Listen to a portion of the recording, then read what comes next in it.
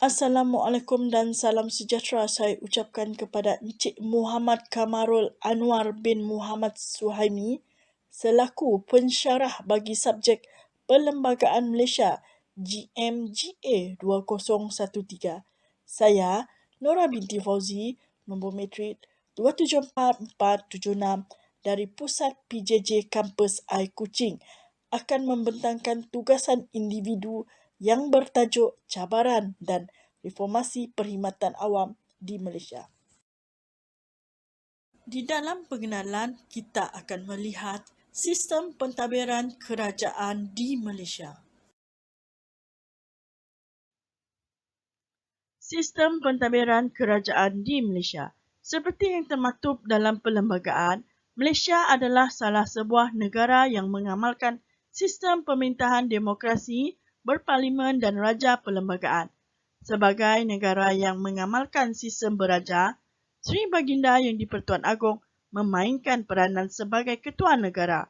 Sehubungan dengan itu, bagi melengkapkan pembentukan dalam sebuah negara, Perlembagaan Persekutuan digubal, manakala punca kuasa yang terdapat dalam perundangan menjadi perkara utama.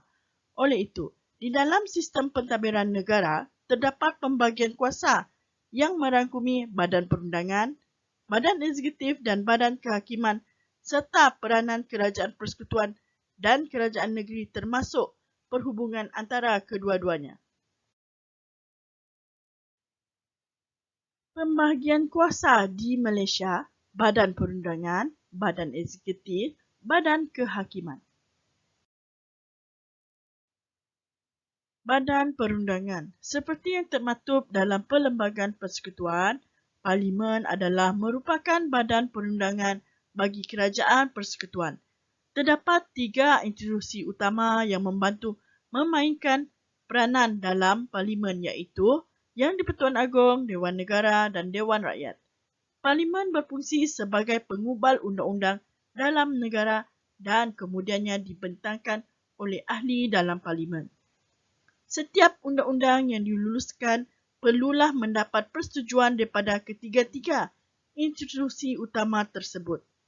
Sebelum undang-undang yang diluluskan oleh Dewan Rakyat dan Dewan Negara untuk diwartakan serta dilaksanakan, ianya perlu mendapat perkenan daripada Sri Paduka Baginda Yang di-Pertuan Agong terlebih dahulu. Dalam pada itu, Parlimen juga berperanan untuk membuat pindaan kepada Undang-Undang Persekutuan, selain bertindak sebagai pemeriksa bagi memeriksa dasar-dasar yang terdapat dalam negara, malah ianya juga turut menjadi medium untuk ahli-ahli Parlimen membincangkan isu-isu yang berkaitan dengan rakyat dan meluluskan perbelanjaan Kerajaan Persekutuan serta hasil cukai yang terbaru. Badan Eksekutif. Badan Eksekutif diketuai oleh Perdana Menteri, anggota menteri-menteri dan juga parti yang menang majoriti yang telah mendapat mandat serta kepercayaan rakyat dalam mentadbir negara. Sementara itu, melalui nasihat yang diberikan oleh Perdana Menteri, pelantikan menteri-menteri kabinet dari Majlis Parlimen dibuat oleh Yang di-Pertuan Agong. Oleh itu, menteri dalam kabinet perlu bersama-sama bertanggungjawab kepada Parlimen. Segala dasar-dasar yang dibentuk atau akan dibentuk diputuskan oleh kabinet di bawah Perkara 39. Dalam badan eksekutif ini juga, beberapa jawatankuasa kabinet dibentuk untuk membantu menjalankan tugas-tugas tertentu, iaitu Jawatankuasa Kabinet mengenai kewarganegaraan, Jawatankuasa Kabinet mengenai perjawatan dan Jawatankuasa Kabinet mengenai pelaburan. Selain daripada itu juga, Badan Eksekutif bertindak menguatkuasakan undang-undang seperti yang telah dituliskan oleh Badan Perundangan dan kemudiannya undang-undang tersebut ditafsirkan oleh Badan Kehakiman.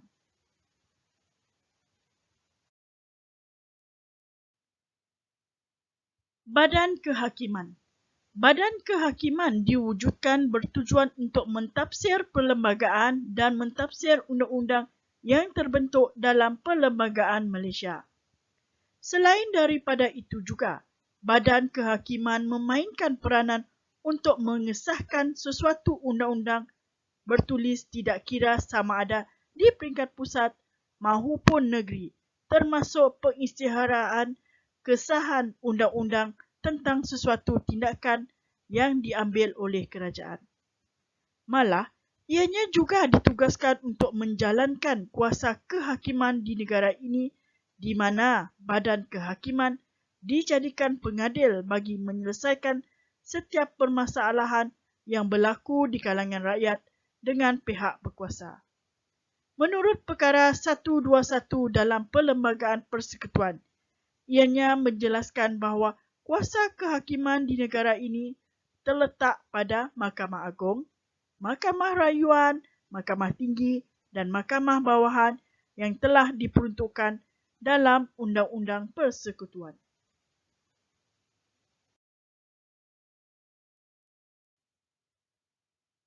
Berikut merupakan struktur kedudukan pentadbiran kerajaan dalam persekutuan. Definisi perkhidmatan awam. Perkhidmatan awam didefinisikan sebagai jentera pentadbiran yang menggerakkan sistem pentadbiran dalam negara. Dalam pada itu juga, perkhidmatan awam dilihat sebagai nadi utama dalam pentadbiran kerajaan di mana ianya memainkan peranan penting dalam membantu pelaksanaan pembangunan ekonomi dan sosial dalam negara di Malaysia. Sementara itu, perkhidmatan awam mempunyai kuasa eksekutif dalam melaksanakan dasar-dasar dan keputusan kerajaan agar segala matlamat dan objektif dapat dicapai dengan jayanya. Seperti mana yang dijelaskan dalam Perlembagaan Persekutuan Fasa 1, Perkara 132, maksud perlembagaan ini, perkhidmatan awam ialah A. Angkatan Tentera, B. Perkhidmatan Kehakiman dan Perundangan, C. Perkhidmatan Awam Am Persekutuan, D. Pasukan Polis, E. Dimansuhkan, F. Perkhidmatan Awam Bersama yang disebut dalam Perkara 133, G. Perkhidmatan awam setiap satu negeri dan H. Perkhidmatan pelajaran.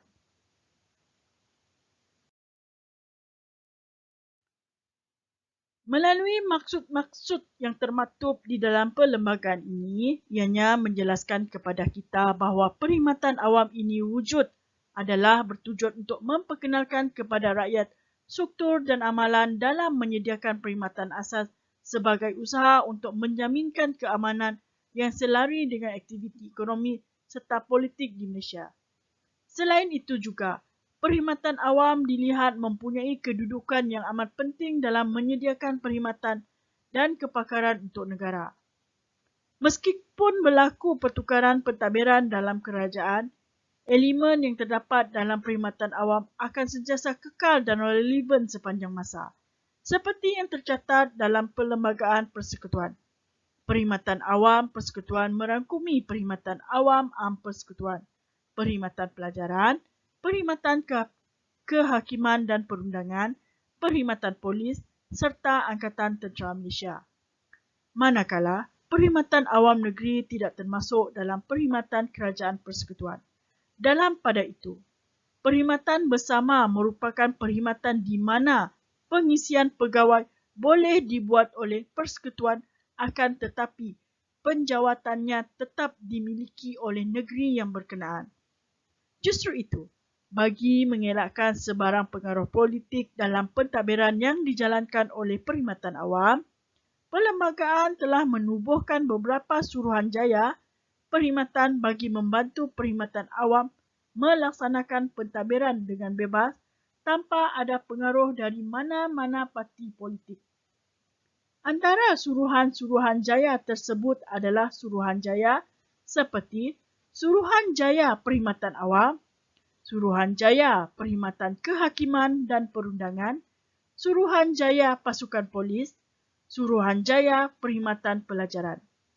Seiring dengan tujuan kewujudan perkhidmatan awam di Malaysia adalah untuk menjaminkan keamanan negara, Majlis Angkatan Tentera ditubuhkan untuk menjaga keamanan dalam negara.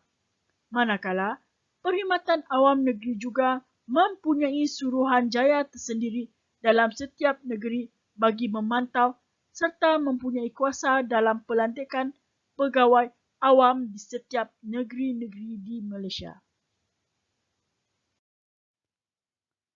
Pelantikan dalam Perkhidmatan Awam Persekutuan. Di bawah Perkara 132 Fasa 2, segala kuasa pelantikan dalam Perkhidmatan Awam Persekutuan termasuklah menentukan syarat-syarat dalam perkhidmatan berada di bawah kuasa Yang di-Pertuan Agong. Ianya boleh dikawal selia melalui Undang-Undang Persekutuan manakala kelayakan dan pelantikan serta syarat-syarat yang terdapat dalam perkhidmatan awam mana-mana negeri pula adalah di bawah kuasa Raja atau Sultan dan Yang di-Pertuan Negeri. Oleh itu, segala urusan pengambilan pegawai awam di peringkat persekutuan dilaksanakan oleh pihak berkuasa seperti Majlis Angkatan Tentera, Suruhanjaya Perkhidmatan Kehakiman dan Perundangan, Suruhanjaya Perkhidmatan Awam, Suruhanjaya Pasukan Polis dan Suruhanjaya Perkhidmatan Pelajaran.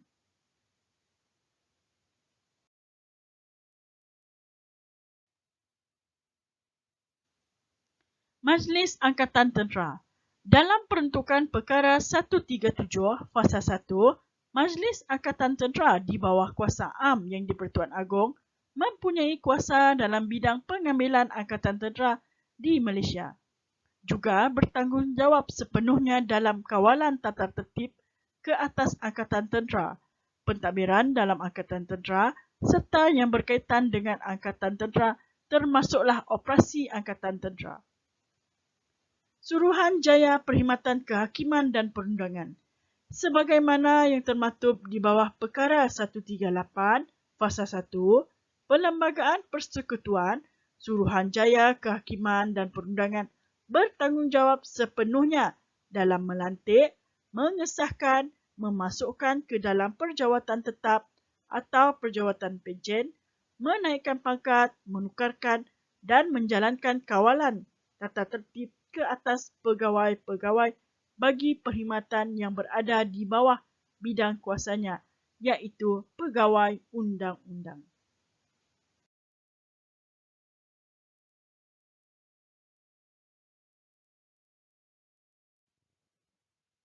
Suruhanjaya Perkhidmatan Awam. Suruhanjaya Perkhidmatan Awam berperanan dalam menguruskan pelantikan bagi anggota Perkhidmatan Awam Am Persekutuan. Selain itu, Suruhanjaya Perkhidmatan Awam juga bukan hanya berfungsi melantik anggota Perkhidmatan Awam, malah ianya juga berfungsi mengesahkan jawatan anggota dalam perkhidmatan dan juga memasukkan ke dalam perjawatan tetap atau berpencen, menaikkan pangkat serta bertanggungjawab untuk menukar dan menjalankan kawalan tata tertib ke atas anggota dalam perkhidmatan seperti yang mana yang telah diperuntukkan Fasa 1 Perkara 139 Perlembagaan Persekutuan. Suruhanjaya Pasukan Polis. Menurut peruntukan Perlembagaan Persekutuan di bawah Perkara 140 Fasa 1, Suruhanjaya Pasukan Polis dipertanggungjawab dalam melantik, mengesahkan, memasukkan ke dalam perjawatan tetap atau perjawatan pencen serta kenaikan pangkat maupun pertukaran yang melibatkan anggota pasukan polis dan juga bertanggungjawab dalam kawalan tata tertib ke atas anggota polis. Suruhanjaya Perkhidmatan Pelajaran. Peruntukan Perlembagaan Persekutuan 141A menjelaskan bahawa Suruhanjaya Perkhidmatan Pendidikan atau Pelajaran berperanan dan bertanggungjawab sepenuhnya dalam melantik calon ke jawatan tetap, kontrak atau sementara dalam perkhidmatan pelajaran. Di samping itu juga, ianya bertindak untuk mengesahkan perkhidmatan anggota yang dilantik tetap. Suruhanjaya Perkhidmatan Pendidikan juga berfungsi untuk memasukkan anggota dalam pendidikan ke dalam perjawatan tetap atau perjawatan pencen di mana ianya meluluskan pemberian taraf berpencen ke atas anggota yang dilantik tetap dan disahkan dalam perkhidmatan serta kawalan kenaikan pangkat dalam perkhidmatan pelajaran melalui lembaga rayuan kenaikan pangkat. Malah, ianya juga berperanan untuk meluluskan pertukaran pelantikan atau pertukaran dan sebagai pihak berkuasa dalam tata tertib dan lembaga rayuan tata tertib perkhidmatan pelajaran.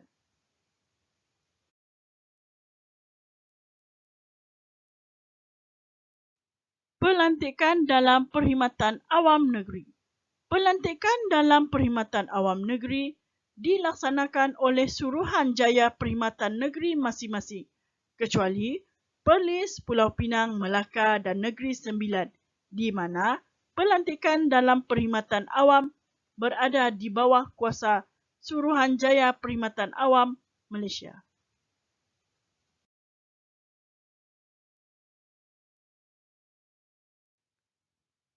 Fungsi Jabatan Perkhidmatan Awam Malaysia.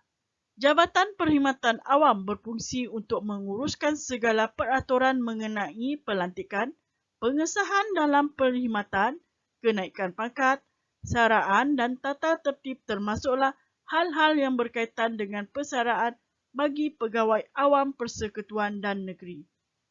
Malah, ianya juga berperanan bagi menentukan implikasi perswastaan atau pengasingan ke atas sumber manusia dalam sektor selain membantu membangunkan Pakatan Strategik dan Rangkaian atau Strategic Alliance and Networking. Jabatan Perkhidmatan Awam merupakan sebuah jabatan yang bertindak sebagai pembangunan dalam sektor awam di mana ianya berperanan untuk menentukan dasar organisasi, dasar pembangunan kerajaan, pembangunan lalu serta melaksanakan pembangunan plan perancangan penggantian dan juga menentukan dasar latihan dalam perkhidmatan awam.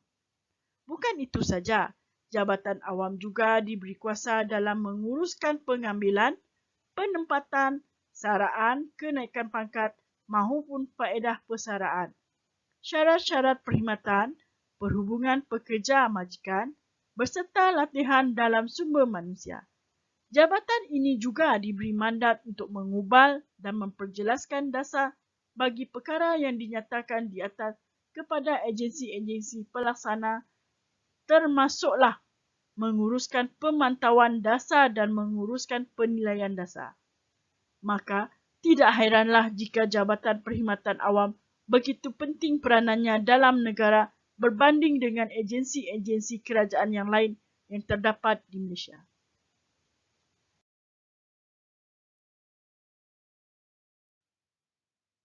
Cabaran reformasi dalam perkhidmatan awam. Sungguh pun usaha untuk mereformasikan perkhidmatan awam giat dilaksanakan dan dipertingkatkan dari tahun ke tahun untuk memperkukuhkan sistem tabik urus, meningkatkan accountability, menambah baik pencapaian perkhidmatan dan menjadikan kerajaan berpaksikan rakyat. Namun demikian, usaha tersebut masih belum memadai memandangkan masih lagi banyak isu yang berkaitan dengan integriti. Justru itu, bagi mengekalkan kepercayaan dan keyakinan rakyat terhadap perkhidmatan awam, perubahan yang ketara perlu dilakukan agar perkhidmatan awam dilihat sebagai menukung aspirasi kerajaan dalam memenuhi keperluan dan harapan rakyat.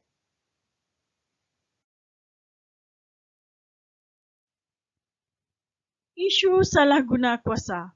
Meskipun saban tahun kerajaan sentiasa memperingatkan kaki tangan awam agar sentiasa mempunyai integriti yang tinggi dalam diri mereka, namun ianya seperti mencurah air di daun keladi. Saban hari, kita pasti ada mendengar dan melihat sendiri sikap kaki tangan awam yang mengambil mudah dalam setiap hal yang berkaitan dengan integriti. Isu salah guna kuasa dalam perkhidmatan awam ini seperti campur tangan pegawai kerajaan dalam keputusan perolehan kerajaan bagi penganugerahan kontrak dan pemilihan projek. Sungguh pun kerajaan telah pun mewujudkan Akta Salah Guna Kuasa di bawah Seksyen 23 Akta SPRM 2009. Ini namun masih ada di kalangan anggota penjawat awam mengambil mudah akan isu seperti ini. Apa yang paling membimbangkan apabila bukan hanya golongan kaki tangan sokongan penjawat awam yang melakukan salah guna kuasa ini, tetapi golongan yang terdiri daripada kaki tangan awam pengurusan tertinggi terlibat dengan salah guna kuasa ini. Dalam pada itu, isu salah guna kuasa yang berlaku di kalangan anggota perkhidmatan awam bukan saja memberikan kesan buruk kepada agensi kerajaan, tetapi juga menjejaskan kepercayaan dan persepsi awam terhadap integriti perkhidmatan awam.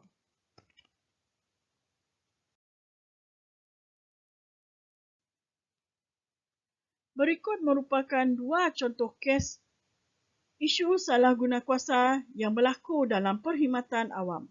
Kes yang pertama, Haliza Muhammad Saleh dan Syahril Nizam Mokhtar lawan Majlis Perbandaran Kelang.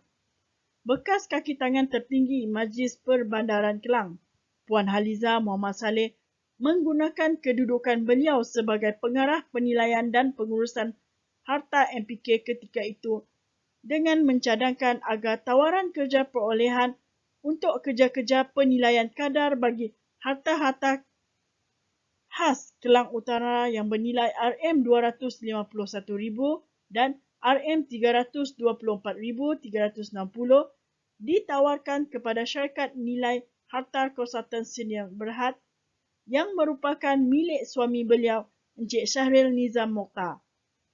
Haliza Muhammad Saleh didapati bersalah di bawah Seksyen 23/1 dan Seksyen 24/1 Akta Suruhanjaya Pencegahan Rasuah Malaysia SPRM 2009 yang mana sabit kesalahan boleh dipenjara sehingga 20 tahun dan denda 5 kali ganda nilai suapan atau RM10,000 mengikut mana-mana lebih tinggi.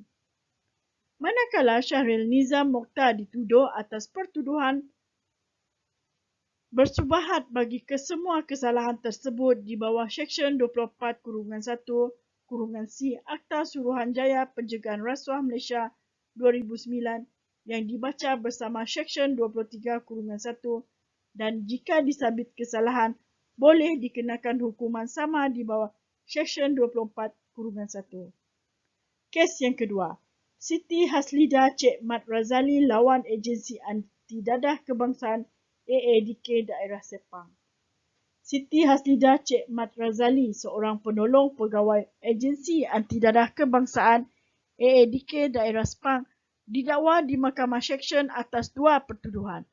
Pertuduhan pertama, Siti Haslida menggunakan jawatan beliau dengan mencadangkan nama syarikat Mukris Jaya Enterprise yang merupakan syarikat miliknya bagi mendapatkan tawaran pembekalan perkhidmatan program institusi pendidikan bebas dadah yang berharga RM5,160 melalui permohonan pesanan tempatan antara Mac hingga April 2016.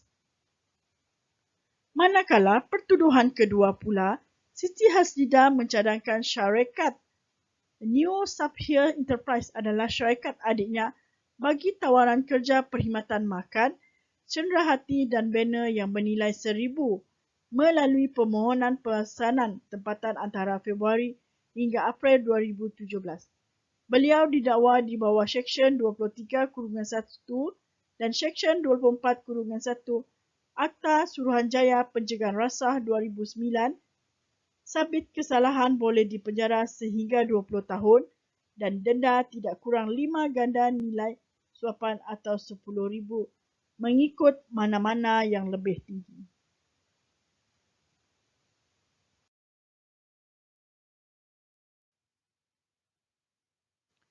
Isu penyelewengan.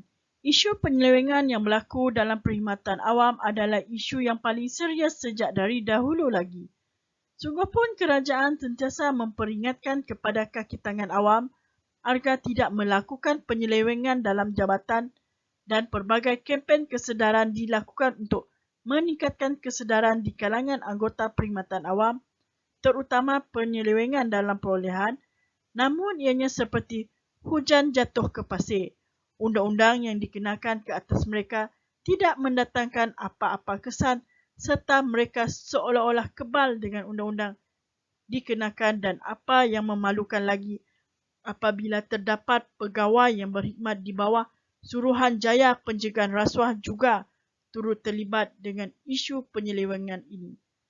Budaya penyelewengan dalam perkhidmatan awam ini sudah menjadi satu kebiasaan yang dilakukan oleh anggota dalam perkhidmatan awam. Isu penyelewengan ini mungkin isu yang kecil, tetapi ianya bukan saja merosakkan imej perkhidmatan awam di Malaysia, malah ianya juga boleh menyebabkan rakyat hilang kepercayaan dalam agensi kerajaan terbabit, dan tidak mustahil ketulusan takbir urus dalam agensi tersebut turut dipersoalkan oleh rakyat.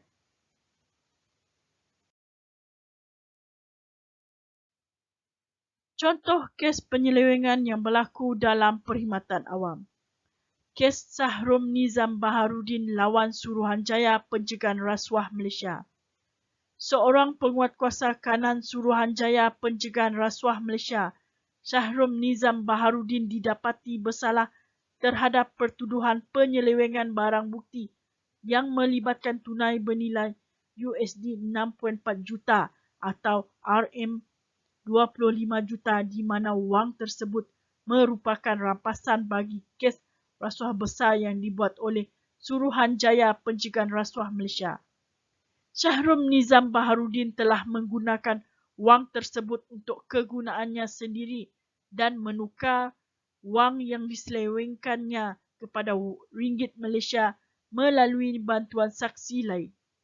Mahkamah Seksyen Kuala Lumpur hari ini menjatuhkan hukuman terhadap Shahrum Nizam Baharudin di bawah Seksyen 403 Kanun Kesesaan yang membawa hukuman penjara 3 tahun dan 2 sebatan.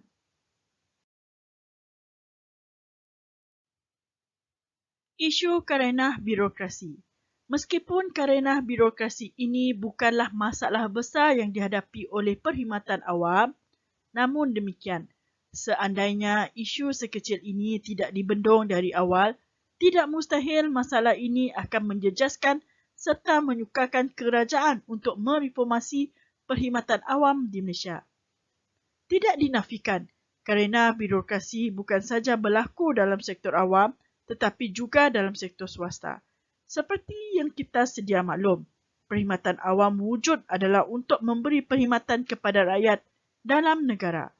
Seandainya terdapat kerana birokrasi dalam agensi kerajaan, ianya akan menyebabkan rakyat memberi persepsi yang buruk. Sebenarnya, apabila terdapat kerana birokrasi dalam agensi kerajaan, ianya menyukarkan dan menyusahkan semua pihak. Seperti yang pernah berlaku sebelum ini, dek kerana angkara kerana birokrasi menyebabkan harga ikan menaik mendadak.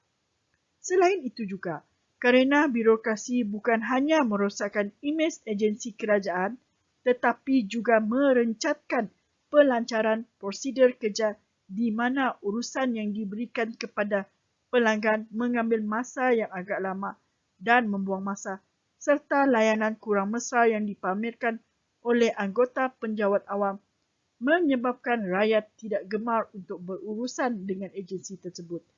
Tanpa kita sedar, kerana birokrasi inilah menjadi punca utama dalam isu rasuah ini. Kerana bagi mempercepatkan segala urusan di agensi kerajaan, ada di kalangan rakyat akan memberi rasuah kepada kaki tangan awam untuk mempercepatkan urusan mereka.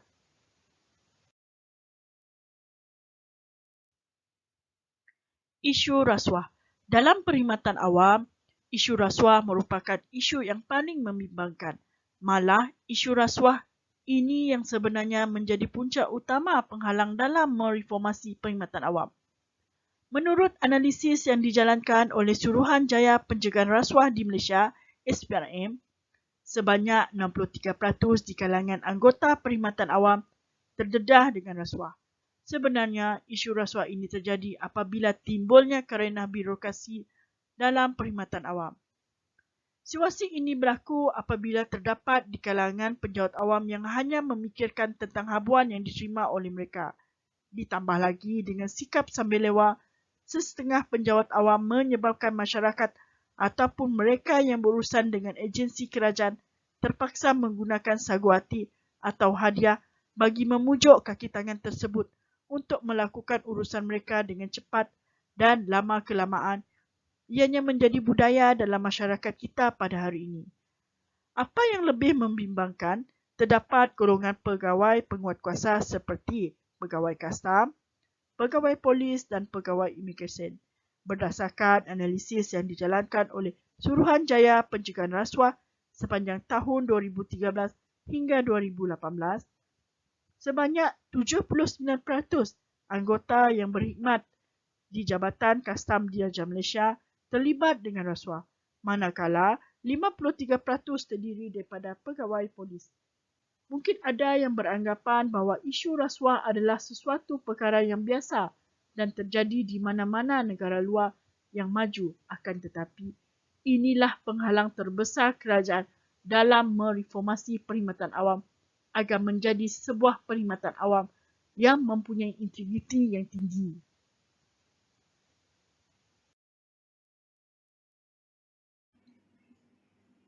Berikut merupakan dua contoh kes rasuah yang berlaku dalam perkhidmatan awam. Kes yang pertama, Muhammad Najmi Zakaria lawan Suruhanjaya Pencegahan Rasuah. Muhammad Najmi Zakaria, 38 tahun, didapati bersalah meminta suapan berjumlah RM3,500 daripada pemilik sebuah syarikat bagi dirinya sebagai dorongan sebagai pegawai pemeriksa kereta motor JPJ Negeri Sembilan dengan memastikan tiada tindakan diambil oleh penguatkuasa berkaitan dengan 8 kenderaan yang tidak mematuhi notis di bawah Seksyen 61 kurungan 1 Akta Pengangkutan Jalan 1987. Muhammad Najmi dijatuhi hukuman penjara selama 14 hari bermula dari tarikh ditangkap dan didenda RM17,500 dan jika gagal membayar boleh dipenjara selama 3 tahun. Manakala kes kedua, Muhammad Rusdi Zainal dan Muhammad Izmi Muhammad Nur lawan Suruhanjaya Pencegahan Rasuah. Muhammad Rusdi Zainal 27 didenda sebanyak RM6,000 selepas mengaku menerima rasuah melepaskan warga asing tanpa melalui prosedur yang betul antara 2019 dan 2020. Melalui pertuduhan pertama, Muhammad Rusdi Zainal yang merupakan pegawai imigresen grade KP19 bertugas di Jabatan Imigresen Lapangan Terbang Antarabangsa Kuala Lumpur KLIA yang didakwa diberikan wang suapan bernilai RM1,000 sebagai balasan melepaskan warga asing tanpa melalui prosedur yang betul. Manakala, bagi pertuduhan kedua pula, Muhammad Rusdi Zainal diberikan wang suapan bernilai RM2,300 bagi kesalahan sama dan didakwa melakukan kesalahan itu di Maybank Islamic Berhad, Jalan BBN 1/2F, Bandar Baru Nilai pada 12 Ogos 2019 dan 20 Julai 2020. Muhammad Rusdi didakwa mengikut Seksyen 25/1 Akta Suruhanjaya Pencegahan Rasuah Malaysia SPRM 2009. Bagi Muhammad Izami Muhammad Nur 35 yang juga seorang pegawai imigresen grade KP19 bertugas di Jabatan Imigresen Lapangan Terbang Antarabangsa Kuala Lumpur KLIA menerima rasuah yang bernilai RM10,000 daripada seorang lelaki tanpa satu balasan pada Oktober 2020 di sebuah kedai di Kampung Jinjan Nilai, turut didenda RM15,000 di bawah Seksyen 25/1 Akta Suruhanjaya Pencegahan Rasuah SPRM 2009 dan kedua-duanya dijatuhi hukuman penjara selama 10 bulan jika gagal membayar denda.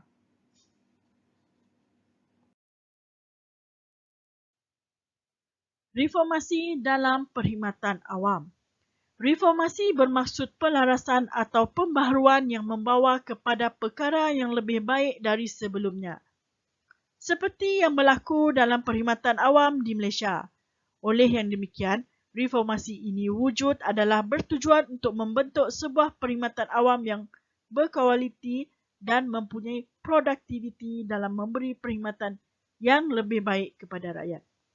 Dalam pada itu, bagi memantapkan lagi reformasi dalam perkhidmatan awam, beberapa strategi dilaksanakan oleh kerajaan.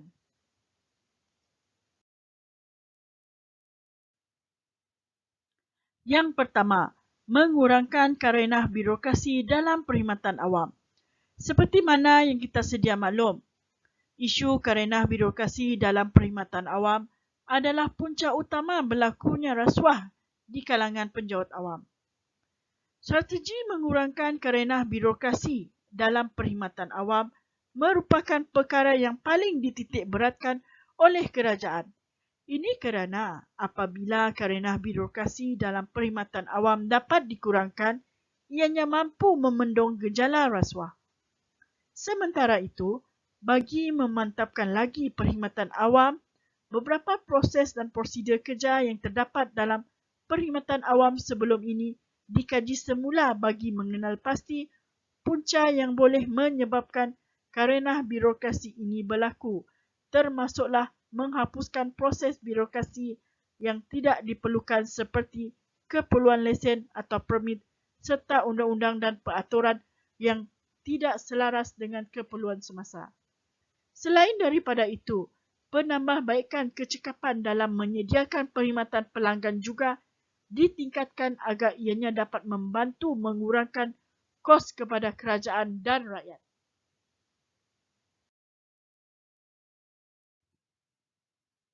Yang kedua, memantapkan strategi pelaksanaan pencegahan rasuah dalam perkhidmatan awam. Bagi memantapkan lagi strategi pencegahan rasuah dalam perkhidmatan awam, institusi dan undang-undang diperkasak bertujuan untuk menyokong ekosistem yang konsistif dan berkesan.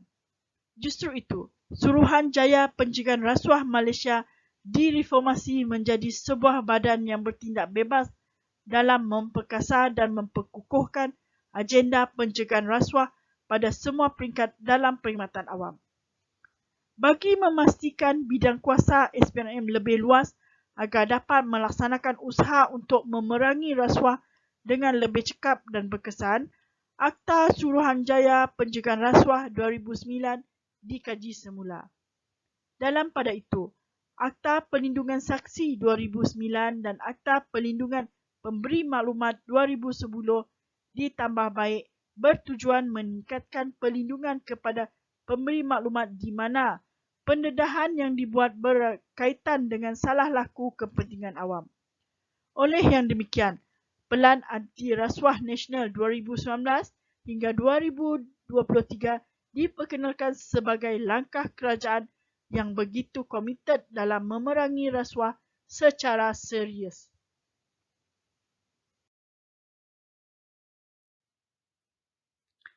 Yang ketiga, sistem perkhidmatan digital diperluaskan dalam perkhidmatan awam. Selaras dengan dasar kerajaan menubuhkan dasar ekonomi digital, sistem perkhidmatan digital dalam perkhidmatan awam ditingkatkan dan diperluaskan. Dalam pada itu, usaha pembayaran tanpa tunai diperkenalkan dan diperluaskan dalam semua sektor perkhidmatan awam. Sistem pembayaran tanpa tunai ini diwujudkan bertujuan untuk meningkatkan kecekapan dan ketulusan takbir urus serta meningkatkan lagi nilai integriti dalam kalangan penjawat awam. Selain daripada itu juga, portal My Government diwujudkan sebagai satu langkah kerajaan untuk mengurangkan karenah birokrasi dalam perkhidmatan awam. Dengan adanya portal My Government ini, ianya dapat membantu rakyat yang berurusan dengan perkhidmatan awam dapat melakukan urusan dengan cepat. Usaha kerajaan memantapkan lagi integriti dan menghapuskan karenah birokrasi di kalangan penjawat awam dalam semua peringkat sentiasa dipandang serius oleh kerajaan. Justru itu, bagi meningkatkan ketelusan dalam sektor awam melaksanakan perolehan kerajaan, portal My Procurement diperkenalkan dalam perkhidmatan awam digunapakai untuk memaparkan kontrak perolehan dalam kerajaan.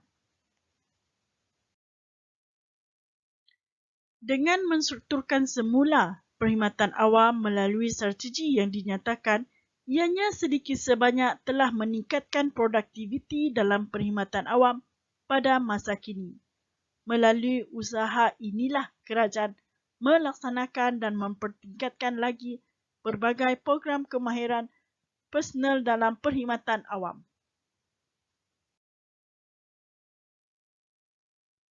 Cadangan penambahbaikan reformasi dalam perkhidmatan awam. Reformasi dalam perkhidmatan awam yang dilaksanakan oleh kerajaan ini telah menunjukkan kemajuan yang amat berkesan.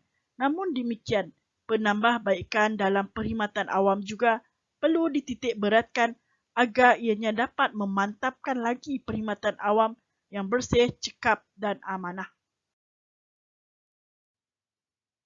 Yang pertama, pendedahan teknologi maklumat kepada anggota yang kurang berkemahiran. Meskipun perkhidmatan awam telah mewujudkan sistem digital yang membantu menjimatkan masa kaki tangan awam untuk melakukan tugasan mereka, akan tetapi masih banyak lagi kaki tangan awam yang kurang berkemahiran dalam teknologi maklumat. Perkara sebegini sebenarnya bukan saja membebankan kaki tangan awam itu sendiri, tetapi juga boleh mendatangkan masalah dalam perkhidmatan awam. Oleh yang demikian, bagi membantu mengatasi masalah seperti ini, adalah wajar kerajaan mewujudkan satu lagi program kemahiran yang berteraskan teknologi maklumat ke dalam program kemahiran yang telah disediakan oleh kerajaan. Melalui program ini juga, kaki tangan awam yang kurang berkemahiran dalam teknologi maklumat dapat mempelajarinya agar mereka melakukan tugasan yang diberikan tanpa sebarang masalah. Selain daripada itu juga, sebelum sesuatu sistem digital dilaksanakan dalam sektor awam, adalah wajar jika kaki tangan awam didedahkan dengan cara penggunaannya, sehingga mereka benar-benar mahir dalam sistem pendigitalan tersebut agar tiada masalah yang timbul di masa akan datang.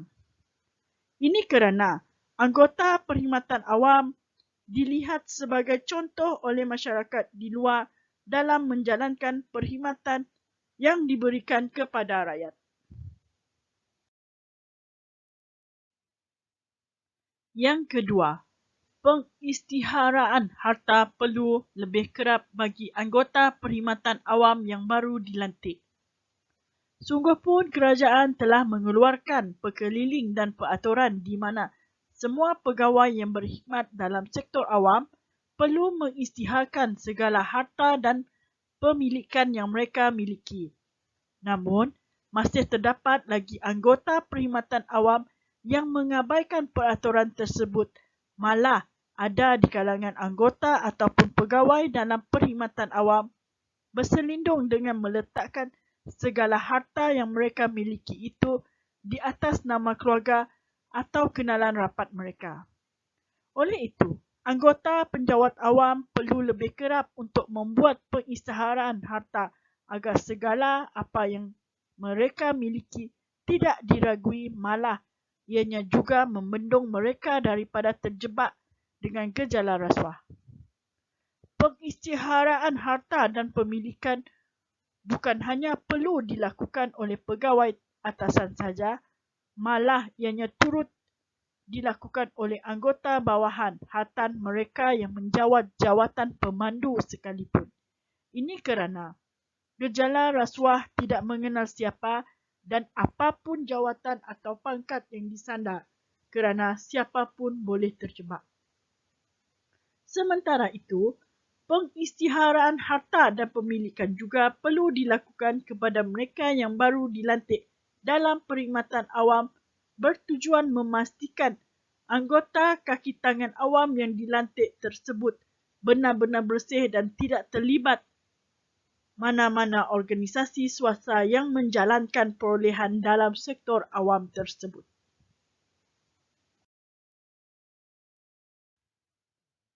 Kesimpulan, melalui cadangan penambahbaikan yang terdapat dalam reformasi perkhidmatan awam ini, ianya akan membantu memantapkan lagi perkhidmatan awam di mata dunia.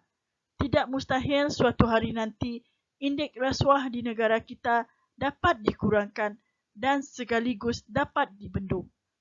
Seperti mana yang kita sedia maklum, perkhidmatan awam adalah cerminan dalam mentadbir kerajaan.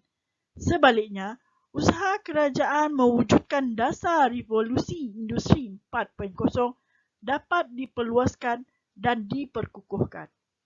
Malah, pendekatan ini juga akan menjadi struktur perkhidmatan awam yang dinamik, kompeten serta merupakan perkhidmatan yang cekap dalam menyampaikan atau memberi hikmat kepada rakyat.